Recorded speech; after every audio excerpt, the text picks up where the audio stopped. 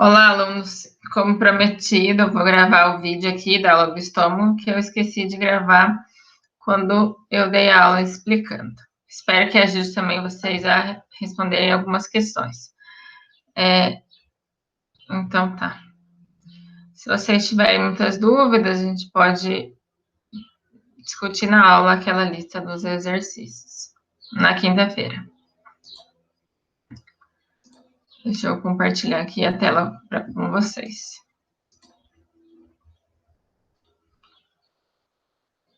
Bom, estou apresentando.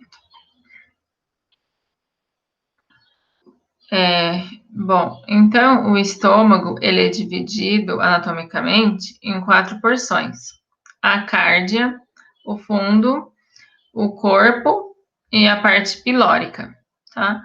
A cárdia é essa parte aqui próximo onde encontra o esôfago com o estômago em si.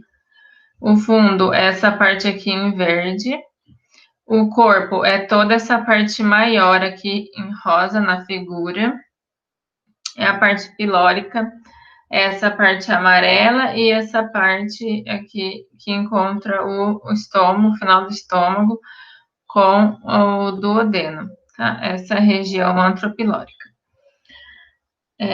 Então, a cárdia, ela corresponde a essa transição entre o esôfago e o estômago, e nessa região existem as glândulas secretoras de muco. E essa porção, ela, da cárdia, recebe esse nome porque ela está próxima ali ao coração. Então, ela só é separada pelo diafragma, que é um músculo muito importante da respiração. O fundo e o corpo, eles correspondem a essa curvatura, essa curvatura maior e a curvatura menor, já que o estômago, ele lembra, assim, um balão, né? Então, sempre vai ter ele é meio curvado, né? Então, por isso tem essa curvatura. Então, eles correspondem a essa curvatura, e o corpo é a porção, assim, digamos, do meio aqui do estômago, né?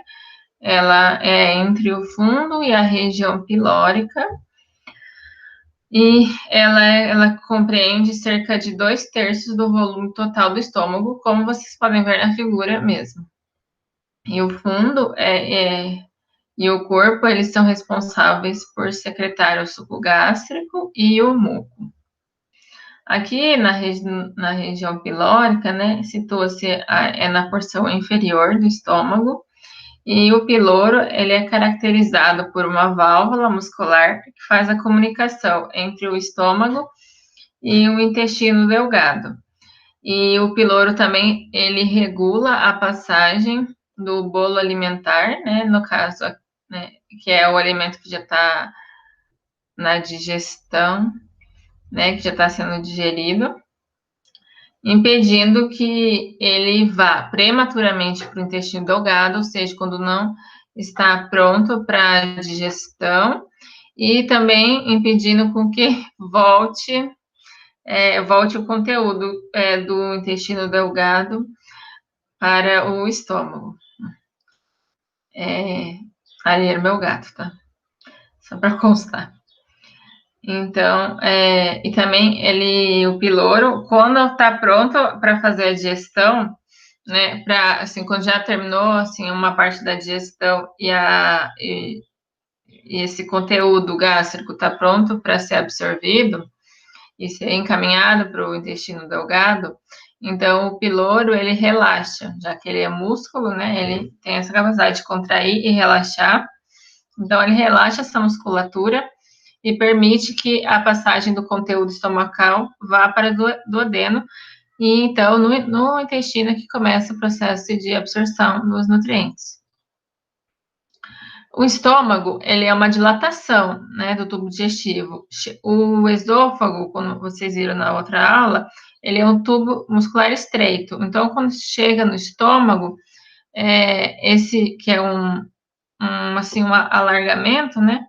Então, a comida, por exemplo, se você engasga ou come muito rápido e sente dor quando engole, ele só vai parar essa dor, né, esse desconforto, é quando ele chegar no estômago, que daí é mais largo. Então, no apertado, que é o esôfago, pode dar esse desconforto quando come muito rápido e quando não mastiga o suficiente. Então, o alimento tem que passar pelo esôfago, que é né, mais apertado, e ele faz as contrações para que o alimento desça. Então, às vezes, pode acontecer esse desconforto.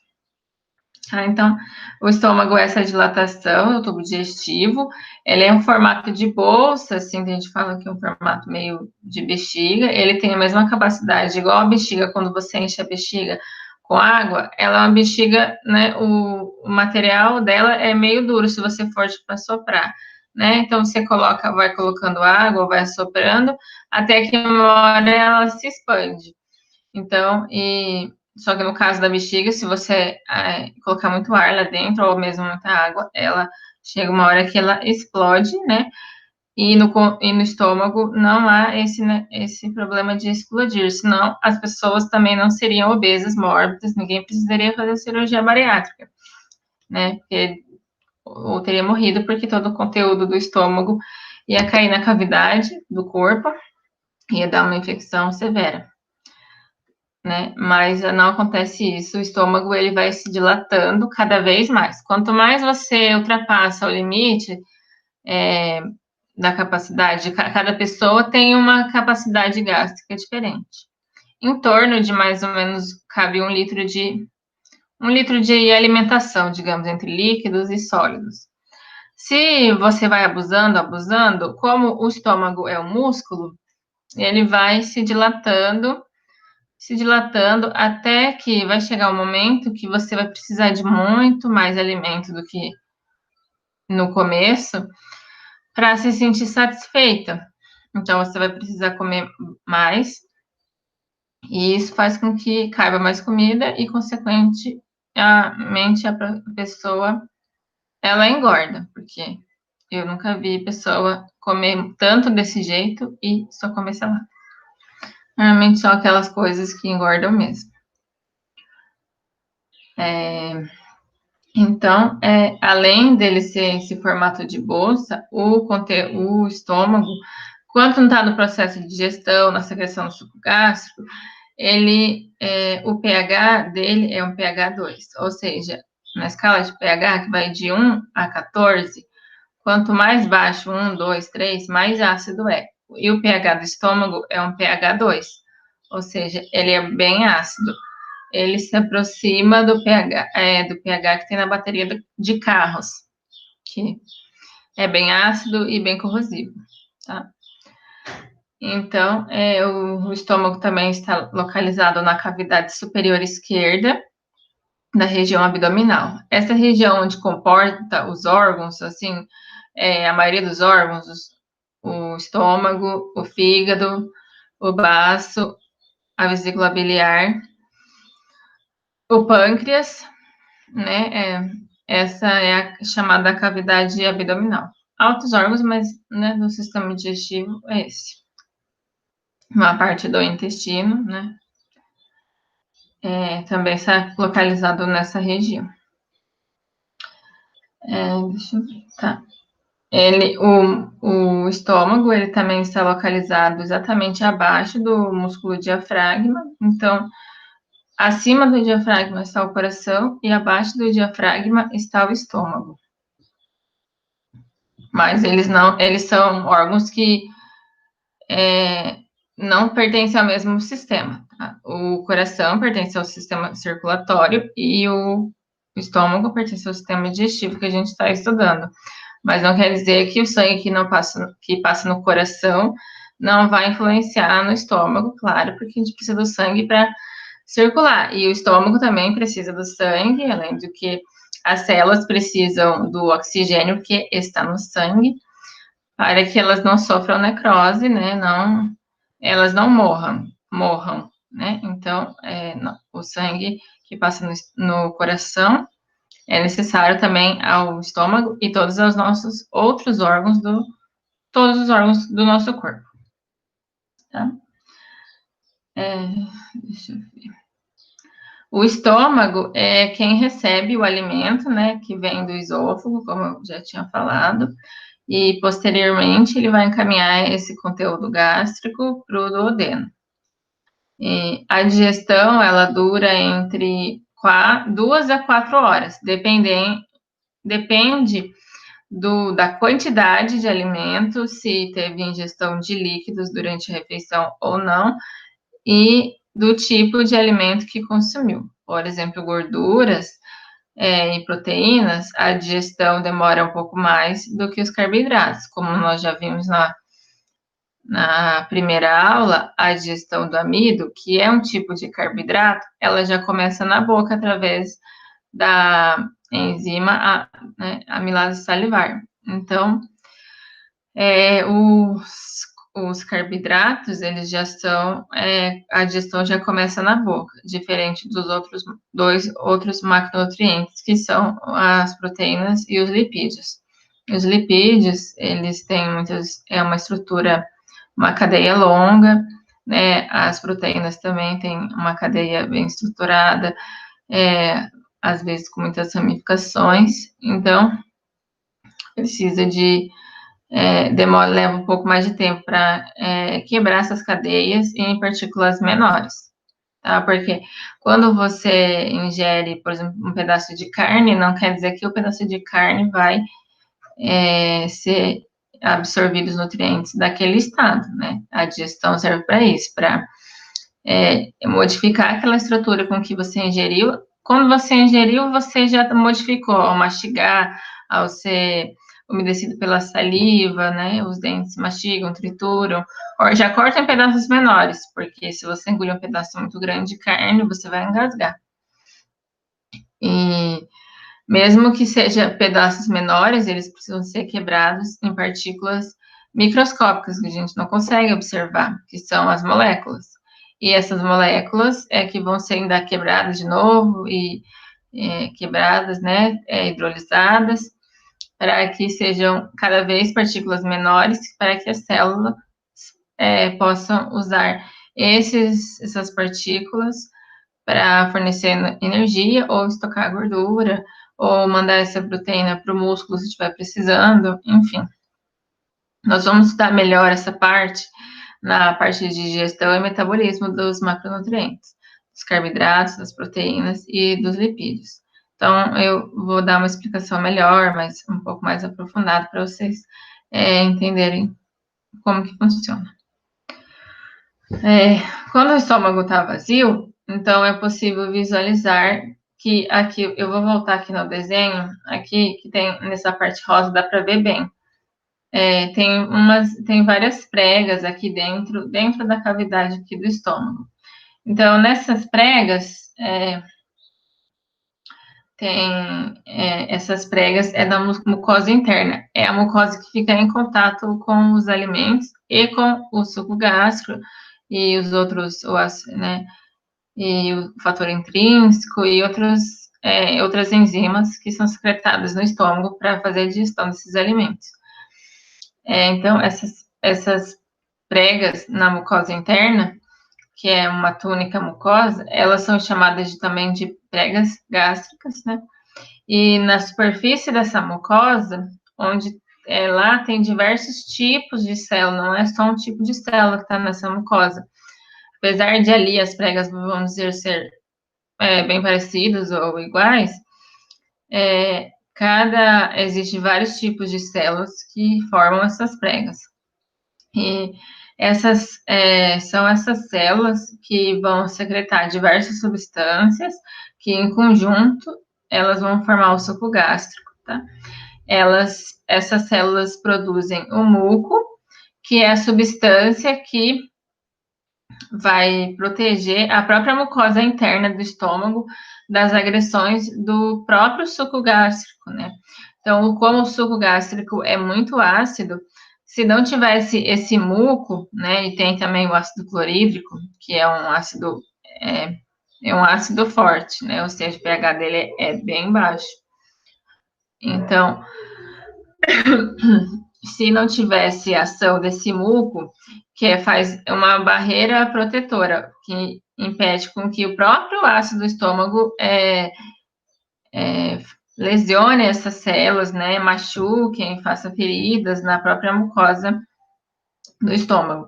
Então, o nosso corpo foi pensado, né, para ele faz uma autoproteção, ou seja, se não secreta esse muco, as células vão sendo atacadas pelo ácido clorídrico, né, e aí elas vão sendo machucadas. E isso pode acontecer, por exemplo, quando tem gastrite. Então, além do muco, deixa só mais um detalhe. Não é só a região do corpo que tem essas pregas, é todo o estômago, né? É que aqui na figura que eu peguei, essa parte rosa, ela tá melhor de se observar, principalmente aqui nessa região. Mas dá para ver aqui, ó, essas são mais curtinhas, essas já são, tem tipo um pico diferente. Essa aqui, ó, aqui nessa região, pela foto, dá para ver que são pregas menores. Né? Aqui no fundo, pela cor e também essa parte amarela, não dá para ver muito bem. Porém, a mucosa, ela é em todo o estômago, todo o órgão, tá? Só para deixar bem claro, não é só nessa parte do corpo que tem as pregas, tá? A musculatura, ela reveste todo o estômago. Então, quando a gente for estudar a digestão de cada nutriente, né, cada macronutriente, a gente vai falar mais aprofundado sobre quais substâncias são secretadas, qual a função de cada substância, como que elas interagem com os macronutrientes, tá?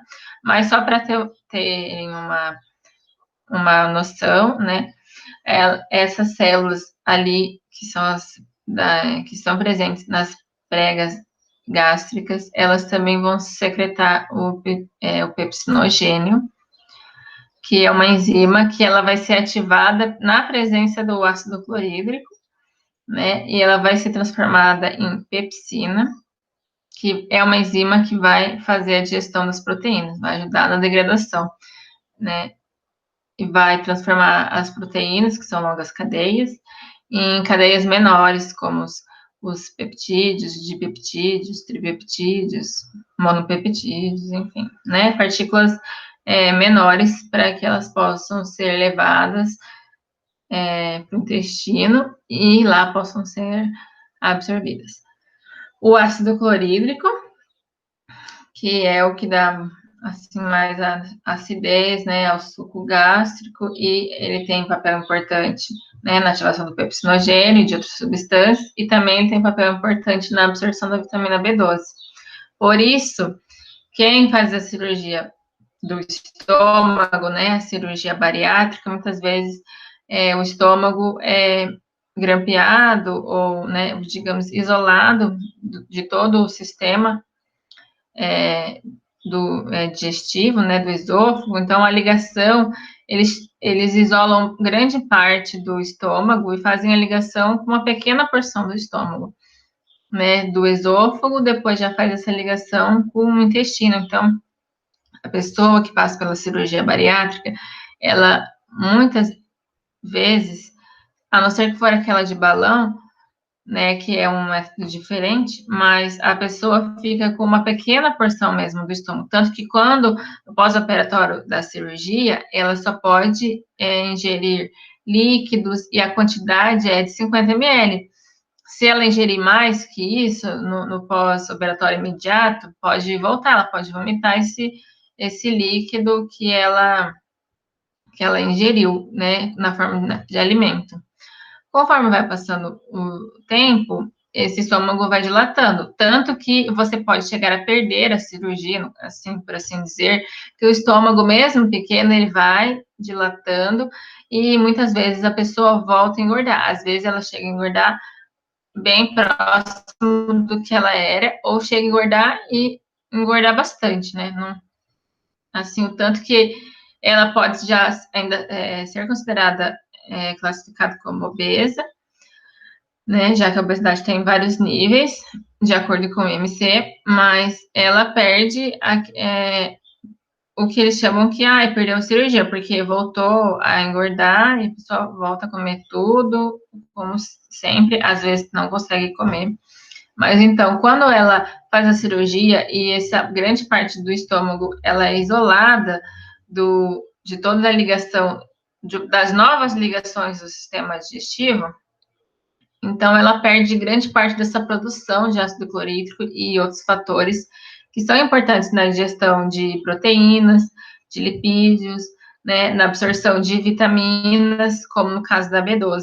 E a B12 é importante, assim como o ferro e outras vitaminas, como a vitamina C também, é importante na absorção, né, desse nutriente ferro, que vai evitar, não só, né, mas vai evitar anemia ferropriva, que é a anemia mais, assim, é a mais comum pela deficiência de ferro. Há outros tipos de anemia, claro, vários tipos, mas a vitamina B12 é muito importante. Então, as pessoas que fazem a cirurgia bariátrica, muitas vezes elas têm, muitas vezes não, acho que quase todas, elas têm que fazer a suplementação de vitamina B12, também do ferro, né, porque esses são, uma ajuda a outra, né, então, às vezes, ou tem que fazer, tipo, transfusões de sangue, para que esse sangue seja, com mais ferro, seja, passa a circular no corpo, ou tomar injeções de vitamina B12, às vezes a cada 3 meses, mas aí a pessoa tem que fazer o controle, né? Tá sempre controlando e sentir algum sintoma. Conforme ela vai passando os meses, ela vai. Às vezes a pessoa tem um sintoma e já sabe, deve estar baixa a B12 ou outra vitamina, então faz a suplementação. Mas a B12 é quase certo que tem que fazer a suplementação para os bariátricos. No estômago também é secretado a lipase gástrica, que vai começar, assim, né, a fazer a digestão, a quebrar essas longas cadeias dos lipídios, né? E também é secretado uma substância que é chamada fator intrínseco, que é uma substância secretada no estômago para ajudar na degradação de alguns nutrientes. Também no estômago há outras células que são as células pilóricas, ou as células que são chamadas, ou G, né, de células G, meu Deus, que elas vão produzir um hormônio, que é o hormônio chamado gastrina, e esse hormônio gastrina, ele vai ter 3 funções, basicamente. Vai aumentar a secreção do suco gástrico, ou seja, caso esteja precisando, ele aumenta essa produção e liberação no próprio estômago do suco gástrico, dependendo do que você come e como se está precisando, né, para fazer a digestão. Ele vai aumentar a motilidade do trato gastrointestinal, ou seja, ele vai fazer com que haja mais movimentos. O estômago, ele precisa também fazer movimentos, às vezes, quando está fazendo a digestão, não faz uns barulhos estranhos, então, é quando o conteúdo gástrico está sendo mexido lá dentro, pelo próprio órgão, para fazer a digestão. E também outra função da gastrina é relaxar o esfíncter pilórico, que é a que controla a passagem, né, que está na porção, nessa porção aqui do estômago, assim, né, final. E é aqui que esse esfíncter, ele vai controlar. Então, nesse caso, a gastrina vai fazer com que haja o relaxamento desse esfíncter, e o que já estiver, digamos, pronto para ser absorvido, então, gradativamente, o conteúdo gástrico que estiver pronto, ele vai passando daqui com o esfíncter relaxado, o conteúdo consegue passar sem maiores problemas da porção do estômago para a porção do duodeno, que é a primeira porção do intestino delgado, onde acontece a maioria das absorções dos nutrientes. Então, ela faz com que esse esfíncter, que é o esfíncter pilórico, ele fica nessa passagem e ajuda nesse relaxamento. Então, o que tiver que passar, passa, depois ele com o esfíncter relaxado, depois esse esfíncter volta a contrair, porque se ainda estiver cheio o estômago, né, com conteúdo, e ele não estiver pronto para absorver, ele precisa ficar no estômago até que ele esteja pronto. Então, o esfíncter ele contrai até que esse conteúdo esteja pronto novamente e passe para o duodeno. Então, esse hormônio também controla esse relaxamento e contração desse esfíncter, né, na hora que está precisando absorver ou terminar a digestão. Então, no estômago, como eu disse, os alimentos, eles são misturados, como eu disse ali, quando às vezes faz uns barulhos estranhos, não são só gases, tá? São também o conteúdo gástrico, as contrações do próprio órgão, do próprio estômago, que estão mexendo assim, né? Misturando esse conteúdo. E essa parte das contrações é a digestão mecânica, né? Porque são movimentos físicos, né? Parte física, que está fazendo essas contrações. E a digestão química é a digestão dada pelo ácido clorídrico, pelas enzimas que são secretadas ali. Toda a parte química que vai quebrar as estruturas químicas dos macronutrientes, né? Então, a parte química é a parte das enzimas, das secreções, e a parte física, que é da digestão mecânica, são essas contrações. Assim como tinha no esôfago, que eu falei do peristaltismo do esôfago, que ele faz as contrações no músculo para que o alimento vá descendo pelo tubo, né, digestivo até chegar no estômago. Aqui no estômago também eles vão sendo misturados, essas contrações ajuda, né, junto com as enzimas, com as substâncias químicas a degradar essas moléculas também, né, moléculas menores, para que a digestão esteja completa e possa ser encaminhado para absorção, tá? Quando esse conteúdo gástrico já está fazendo a passagem, já está assim misturado, né? As enzimas que tinham que atuar dentro do estômago já atuaram sobre aquele conteúdo, ele está passando pronto para ser levado até o intestino, ele muda de nome, ele passa a se chamar quimo, tá?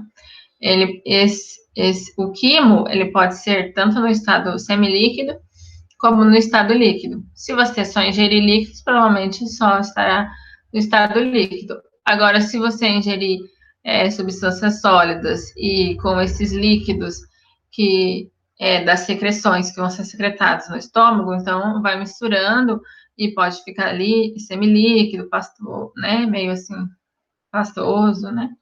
Então vai se misturar o líquido com as partículas sólidas. Não pode ser nesses dois estados, tá? Como eu já disse, a passagem, né, reforçando, a passagem do conteúdo do conteúdo do estômago para o conteúdo intestinal, para ser levado para o intestino, é feito gradativo. E quem controla esse caminho, né, o que passa e o que não passa, a hora que passa, é o hormônio que controla o esfíncter. No estômago também pode ser feita já a absorção de algumas substâncias, como a água, o álcool e. Peraí, deixa eu ver aqui. E a cafeína. Então, a cafeína já é absorvida no estômago e o álcool também. Então, às vezes, quem é mais sensível, já a cafeína, então logo ela faz o efeito estimulante, né? Que a cafeína é uma substância estimulante. O álcool também ele é absorvido. E por isso que quando as pessoas que elas bebem, né, ingerem bebidas alcoólicas, logo tem o efeito, né, de embriaguez, porque ele já começa a ser ingerido no estômago. Se a pessoa faz a ingestão de bebidas alcoólicas com o estômago vazio, né, ou seja, em jejum, essa absorção é mais rápida ainda. Agora, se tem algum tipo de alimento, vai ter absorção, porém ela não é tão rápida quanto no jejum.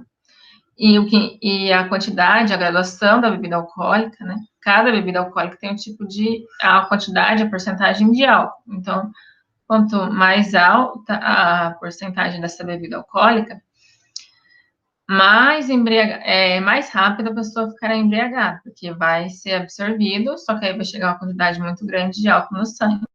Então, quando isso acontece, quando chega muito álcool no sangue, o cérebro manda uma mensagem, né, assim, um estímulo para o estômago, falando que já está mais que suficiente, que já está fazendo mal.